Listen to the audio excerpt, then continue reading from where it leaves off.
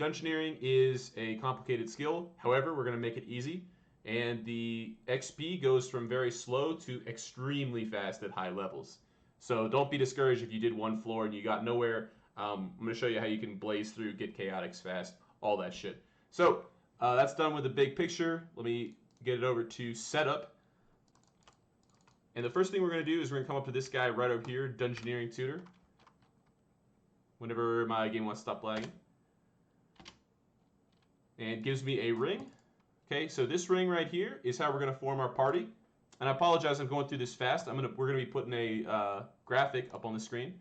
All right, for starters, we're going to show you what a C1 is. You got to do some C1s before you do the C6s for good XP.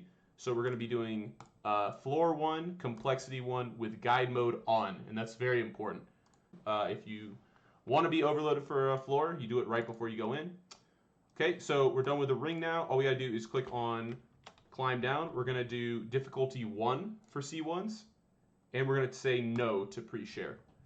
Okay, so here we are. We're in our floor. Genetics, you can go ahead and start doing it. There's two types of paths. There's critical path, which means the way to the boss, and there's non-crit, or standard. Both of these are illuminated. You can see they're both like lit up and bright.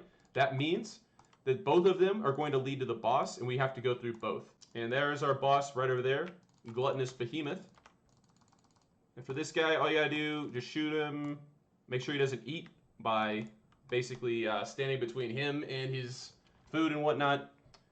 And as you can see, the twisted bow, or excuse me, where are my manners? The Hex Hunter bow is an absolute beast here, and we are ready to go. So Gene, we can hop out. That's all we got to do for a C1. Add genetics, go ahead and hop out.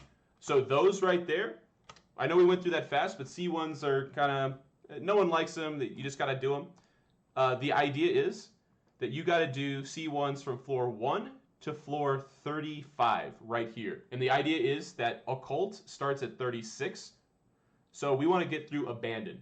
And the reason we want to do it that way is because Occults give great amounts of XP, and Abandon and below are shit. So I'm not going to go through all that right now. Just know that you got to do the first 35 that way. And now what we're going to do is show an example of what a bind floor would be. So a bind floor, we're actually not going to finish. We're going to hit floor 60, we're going to hit 6 on complexity. So for this floor, all we are doing is we are getting enough money to demonstrate what you would do if you're a beginner. For us, we don't need to do this because we already have our binds and whatnot. But see these arrows right here on the table? Those are going to sell for a good amount. We're going to come over here. We're going to sell some arrows, enough to buy 2 things. We're going to buy 10 feathers, and the rest are going to be rune essence. The idea is that we want to make cosmics, and we want to make laws. So I'm just going to go through this real quick as part of the guide.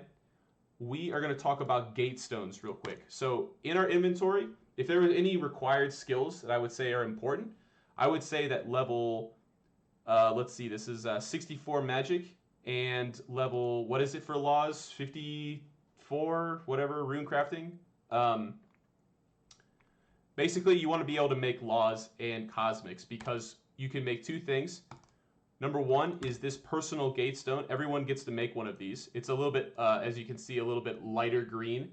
And this gate stone, wherever this is in the floor, once you drop it, which don't forget to drop it. That's the big mistake. Once you drop that, you can click right here, and you can immediately teleport to it.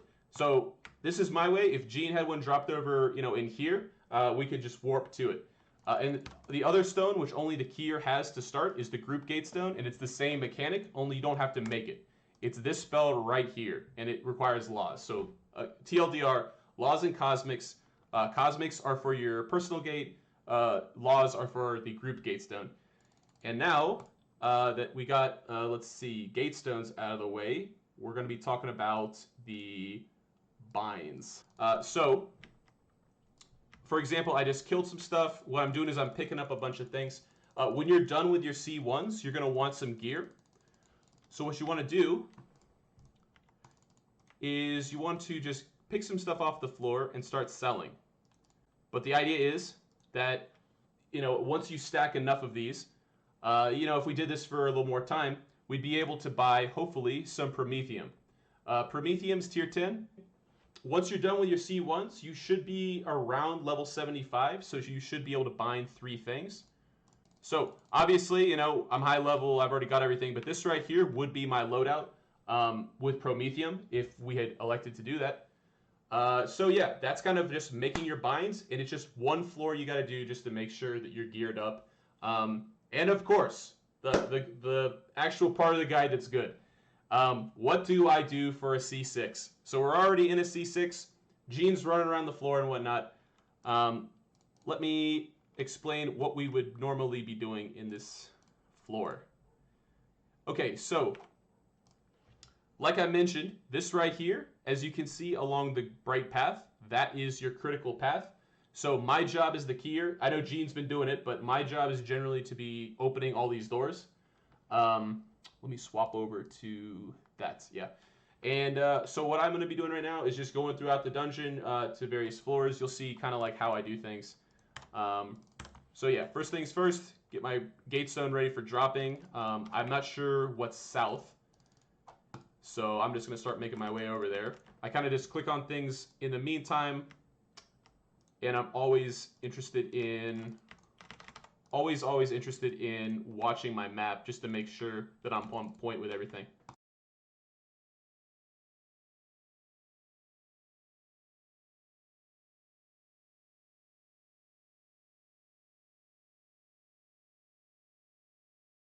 I'm just waiting on Gene. So okay, I guess I'll start doing some of the pro tips while I'm waiting on Gene to open his doors.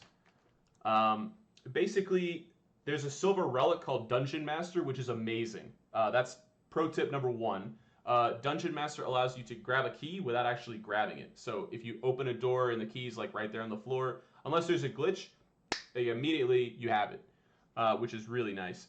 The second thing is Slayer monsters. So Slayer monsters you do not have to kill if there's a Guardian door. And a Guardian door is just one that you have to kill like all the monsters before you go through it. It'll be called Guardian door. It's pretty obvious. Number 3 is DG potions.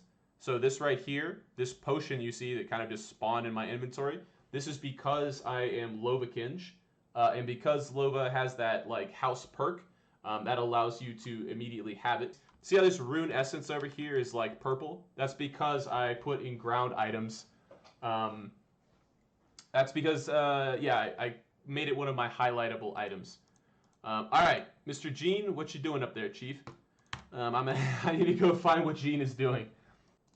Oh, nice. He didn't tell me about the levers. Yeah, here, go. So this is Lever's room. This is one of the rooms. I need him to go. Go. Boom. And we're basically, for this room right here, all we need to do is toggle on all the levers. Yeah, as you can see, the lever is pulled, blah, blah, blah. Yeah, that's a room he could not do without me, by the way. So, as I said before, because I have the perk, boom.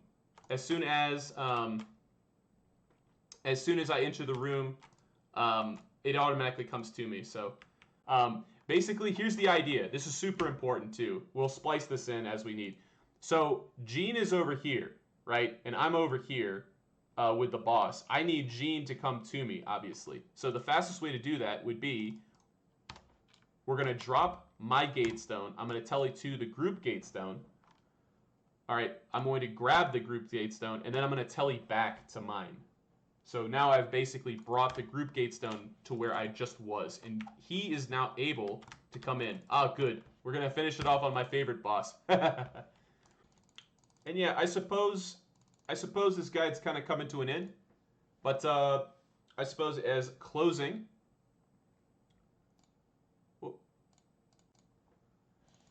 Oh wow, he duped me at the end. That's funny. It seems the weapons are glitched as well. So generally he would drop what's called a primal two-hander. GTE, that means basically go to end. And now all we gotta do, once the boss is dead, all we gotta do is come over here to the end of the floor, and we click yes, and we're out. And generally speaking, you want to do all of the floors and whatnot. We don't have time, but each one of these doors, the more doors you open, the more XP you get.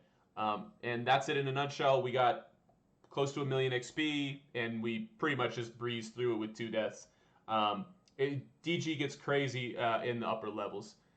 So yeah, thank you very much for watching the guide, and I think that ultimately, once we get a few more players and we drum up some interest, there's going to be a lot of potential for it, and I look to see you there. Peace.